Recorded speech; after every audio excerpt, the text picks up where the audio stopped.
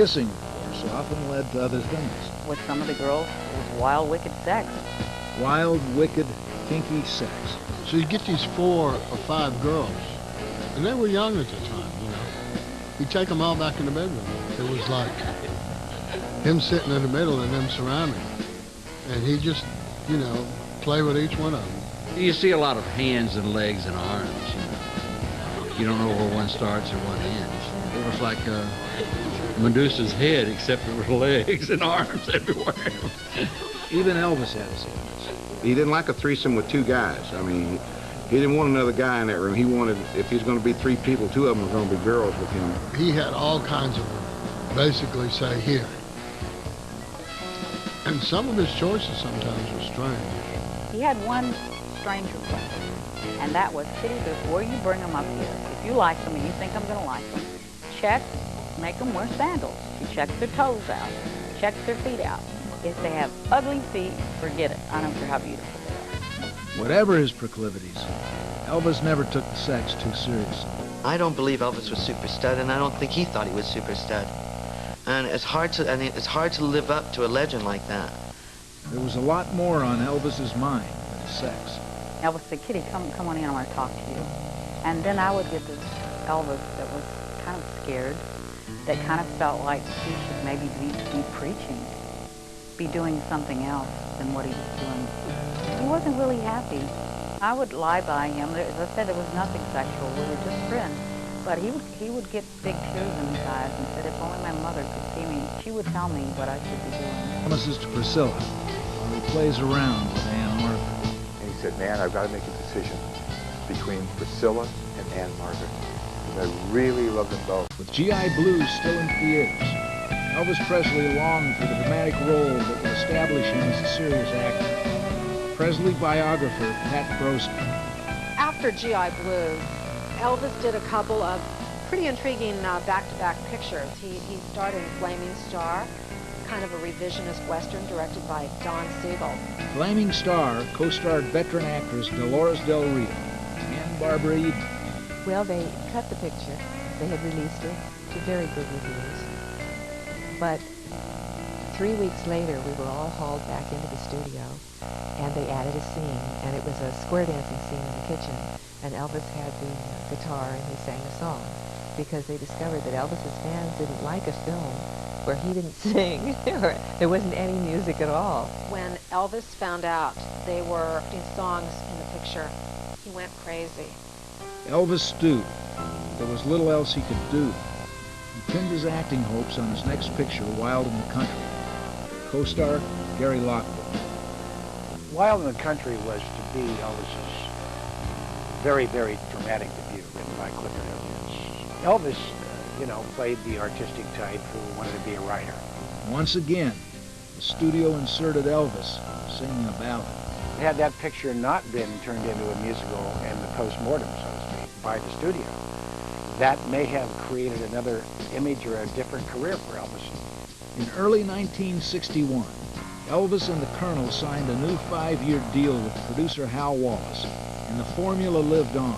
On his next movie, Blue Hawaii, Presley resigned himself to making money and having some fun. In many ways, Blue Hawaii is the turning point for Elvis Presley's film career. It's got an exotic locale. It's got tons of gorgeous women. And it has lots of songs, lots of musical numbers.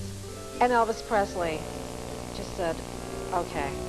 And the guy who had done numbers like Jailhouse Rock, the King Creole, is suddenly singing Rock-a-Hula Baby in Blue Hawaii.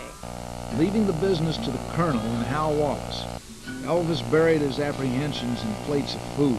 He was very aware of the fact that he could gain weight. Elvis Presley's hairdresser, Larry Geller. He loved to eat. After a film, he would go hog wild sometimes. And he would always blow up 20, 25 pounds. He ate the most atrocious foods at the wrong time of the day. Food with so much salt and pepper and spices, I couldn't believe it. Fried food, burnt food, sugar, like it makes my hair stand on end when I think of it. Then when a movie would begin, you would have to shut it really quickly. So he took some diet pills. As innocently as that, Elvis started popping prescription pills. It helped him keep up with his busy production schedule. In the spring of 1962, Presley shot Follow That Dream. But Follow That Dream was another forgettable Elvis vehicle. The film does contain one scene that illustrates Elvis's acting ability. Co-star Ann Helm. They were in the courtroom, and Elvis had this speech pleading for the children, custody of the children. And there were actually people in the audience that had tears in their eyes from the monologue. These dramatic moments were few and far between. The pictures rolled on and on. Elvis starred in 3 movies a year, each one more inane than the last. But there would be no denying Colonel Parker his golden goose. Elvis Presley and the Colonel were making money, hand over fist. Mafia member Sonny West. So at one time in the early 60s there, Elvis Presley was the highest paying individual taxpayer in the United States. The Reporter and the Daily Variety made big things about Elizabeth Taylor when she got that $1 million for Cleopatra. Elvis had already signed a deal months earlier for 4 pictures for $1 million each and a 10%. Elvis's cousin, Billy Smith. He said, as long as my pictures are making money, he said, you know, I'll get anything I want, but if I stop making money, it's like anybody else. They shut the door real quick. Throughout 1963, Elvis's movies became increasingly formulaic. The MGM production Kissin' Cousins was shot in a mere 16 days. And Fun in Acapulco with Ursula Andress was yet another predictable romp. Elvis, wanted by the shapeliest playmates in Mexico. From the younger set who adores him, to a lady bullfighter who learned her talented passes in the corrida, and a beautiful gal in a bikini who's the shape of things to come. Oh, it must be a very important mission that sends you off in such a hurry. If you must know, I'm on my way to La Perla to see your girl. Oh, the chica wants to get the other side of the road. You better move. Why don't you move me? Close friend, Joe Esposito. They were travelogues, is what they were in different situations. And that was starting to bother him, and it was catching up to him. It's moments of drama at the top of the famous La Perla cliffs, and the attempt to dive into the treacherous waters below. Memphis Mafia member, Lamar Fife. Oh my God, I mean, how many times are you going to sing to a dog or a kid or, I mean, you're driving a Maserati down the highway singing. Come on, give me a break. One motion picture filmed in 1963 did temporarily revive Elvis, both professionally and personally. The movie was Viva Las Vegas. The film co-starred the up-and-coming Ann Margaret, Memphis disc jockey George Clooney. And I was there when we first met on the movie set, and you could just see the sparks flying. They liked each other from the moment they met. Friend Patty Perry. Aunt Margaret was the love of his life. Aunt Margaret, he had the most fun with. They were like 2 little kids. They romped. They had a good time. But from the start, there was tension in the air. Elvis had met his match in Ann Margaret. A lot of the shots were favoring Ann more than Elvis, instead of even equally. I mean, there was a lot of shots. He would spend a lot more time on her shots than he would on Elvis's, which is very understandable. She's a beautiful lady and very sexy. And Elvis was a little bit worried that he was going to be eclipsed by his leading lady. In fact, there was kind of a competitive spirit to Elvis and Ann Margaret. Competitive or not, Elvis and Ann Margaret were electric. Suddenly, there was silence on the hotel grounds as these 2 performers went through this routine. And at the very end of the number, there was applause on the hotel grounds from everyone who'd witnessed it. Ann Margaret later said it was a little like Astaire and Rogers, the way they clicked together. And Elvis was in awe because he'd never before met his musical match on a picture. It was just a beautiful chemistry type situation, if you will. And as days went on in the shooting, they became closer and closer. And they got kind of serious. They really did. And they started just dating each other and fooling around with each other. The relationship went far beyond dating. The 2 were together at least when Elvis was in Hollywood. In Memphis, Elvis had a princess hidden in his mansion, Priscilla Beaulieu. Reading the fan magazines, she was getting increasingly concerned about Elvis's carnal pursuits in Hollywood. Priscilla wanted Elvis to marry her, and soon. Elvis had to make a choice.